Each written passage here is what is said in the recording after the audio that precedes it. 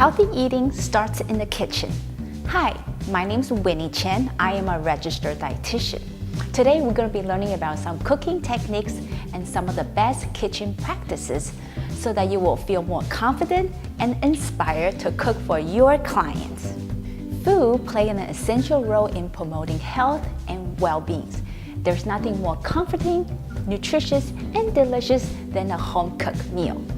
If you came to this job without knowing how to cook, this video is just right for you. I have worked in the group homes for many years, and I learned from you that you want recipes that are easy, nutritious, and also taste great.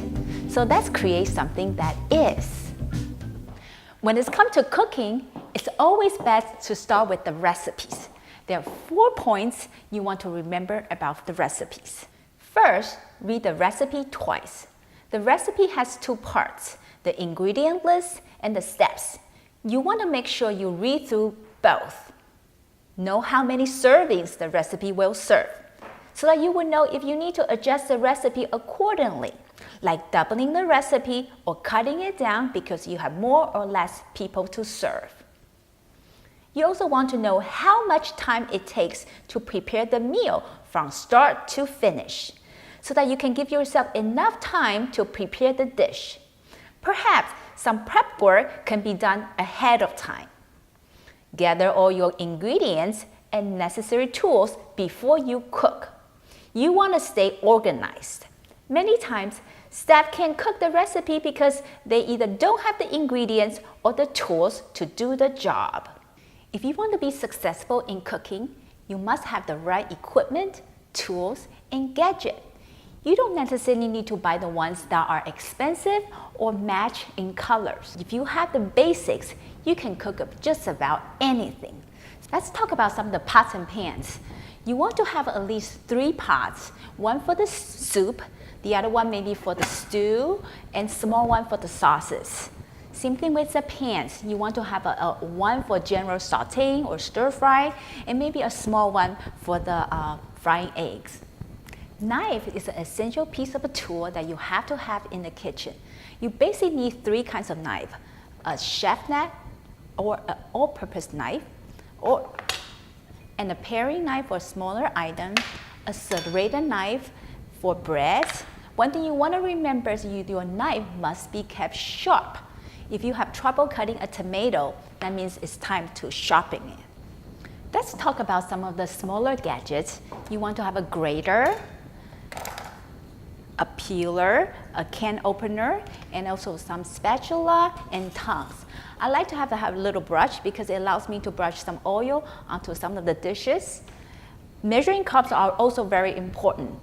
These kind of measuring cup is measuring solid. These kind of measuring cup is measuring liquid. A strainer is very important. I also like to have some stainless bowl or glass bowls in the kitchen. Plastic ones don't work that well because you might damage your bowls when you do the mixings. I want to also talk about some of the smaller equipments. A blender is a must-have. A blender allows you to make a healthy smoothie for your clients. Some clients are on puree diet, so a blender works really well. A mixer is really good for making cakes and some desserts. Some nice to have are rice cooker and a food processor allow you to save some time in chopping. Keeping everyone safe, free from injury, is also a top priority in cooking. So I want to go over some food safety tips here. Here are a few points to consider. Never put a dirty knife in a sink filled with dishes or soapy water. Do not leave the knife on the counter unattended. I know in many group homes, the knives or other sharp equipment are locked away. Use dry mittens when handling foods in the oven or microwave. Turn pot handles away from you to avoid spills. Use different cutting boards, one for the meat and the other one for fruits and vegetables, to avoid cross-contaminations. You also want to keep raw meats and vegetables away from each other. Preferably, raw meats are stored on the bottom and vegetables are stored on the top of the refrigerator. Wash your hands thoroughly before you cook.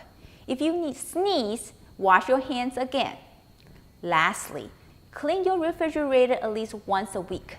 You want to get rid of any cooked items that have been stored in the refrigerator over 3 days. Now that we know what we need to have in the kitchen, let's talk about how we can make something that's nutritious and also delicious. One point to keep in mind is always start with the freshest ingredients. By focusing on foods that are fresh, seasonal, and minimally processed, you can ensure that you can easily make a meal that's easy, nutritious, and also tastes great. Today, we are going to make a one-pot dish called chicken vegetable rice soup. I love soup because it has a good balance of carbohydrate, protein, and fat. And when you add a lot of vegetable to it, it also gives you a good source of vitamins, minerals, and fluid to keep your body satisfied and nourished. When you make a pot of soup, you always want to start with 3 basic ingredients: onion, celery, and carrots. And then you want to give it more substance by adding protein like chicken and some rice or pasta. Then you season with dry herbs or fresh herbs and some spices. I'm going to show you how to cut onion today because onion is one of very common ingredient found in many recipes. With the onion, what you want to do is you always want to cut the end first.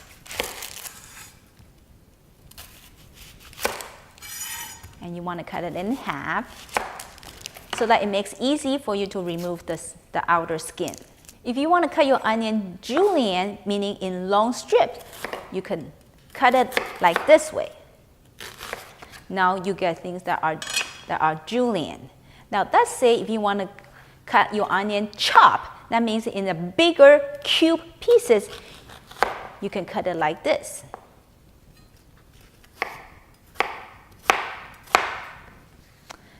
Let's say you want your onion to be more finely chopped. You want to cut your onion crosswise so you can get more tiny pieces.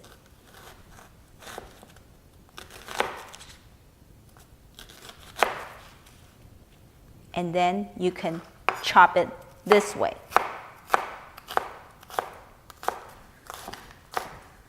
This will be more like finely chopped. Let's say if your onion, you want it to be minced, what you do what they call cross chop. You hold your knife like this, and you just go rock back and forth.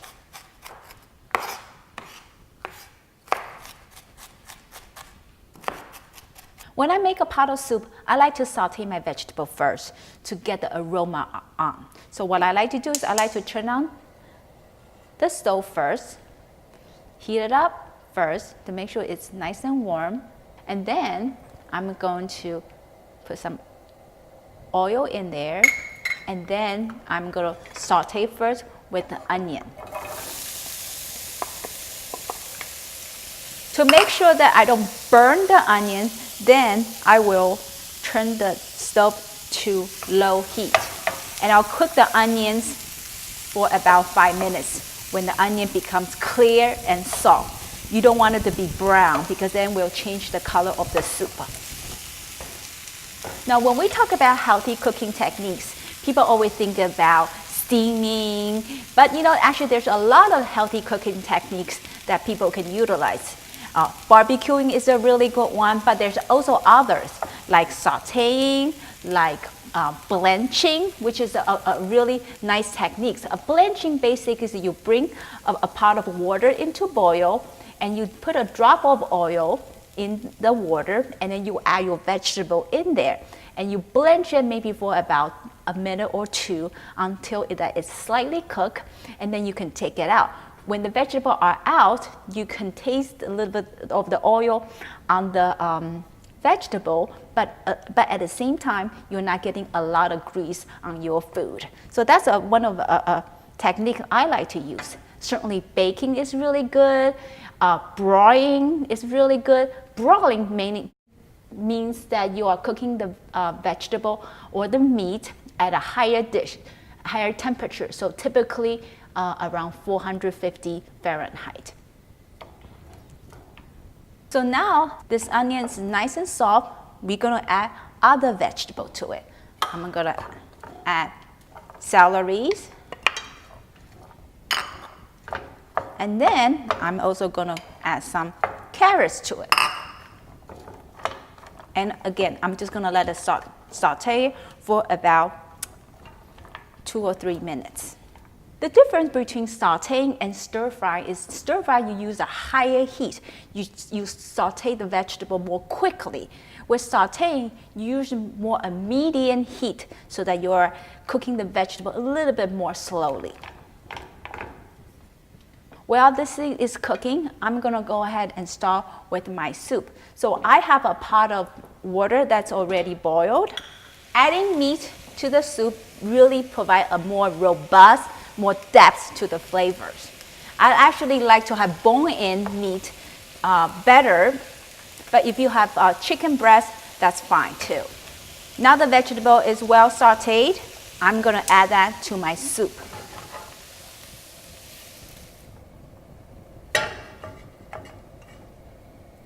And then I'm also going to season it with some fresh spices and herbs. Now, fresh is always the best. Fresh is always the best, but if you have the dry one, that will be fine too. Notice I didn't chop these herbs because I'm just going to let the flavor goes into the soup so that I can take them out more easily. Had I chopped them, it will be harder for me to take out.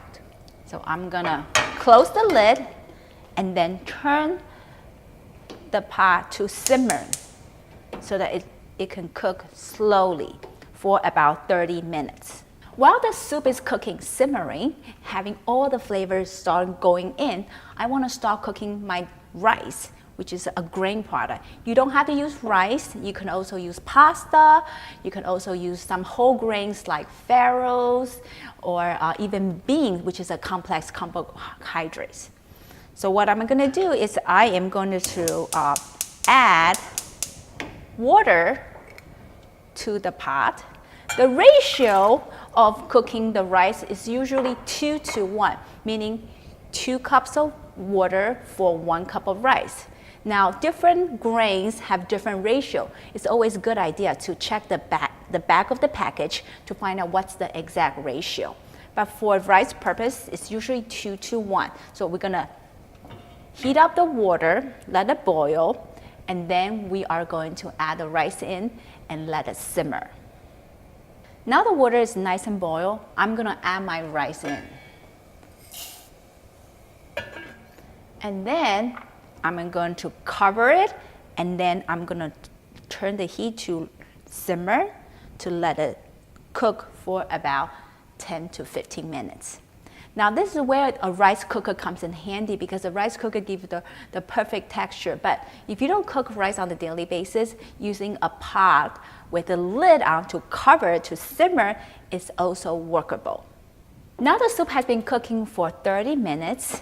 I'm ready to add the last ingredient, which is the rice and also the herb and spices. It smells so good. Remember, mitten for food safety, so you don't burn yourself.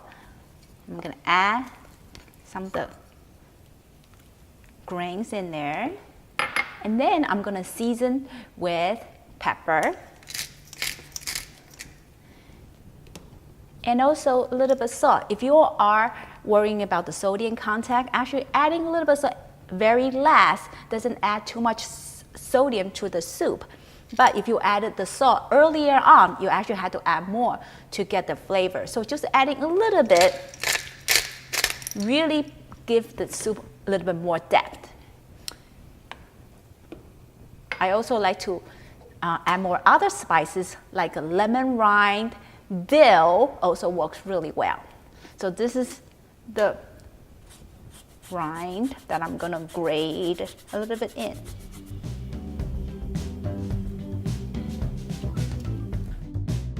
One pot of dish, easy to clean up, and it's balanced with all the nutritious food that your body needs.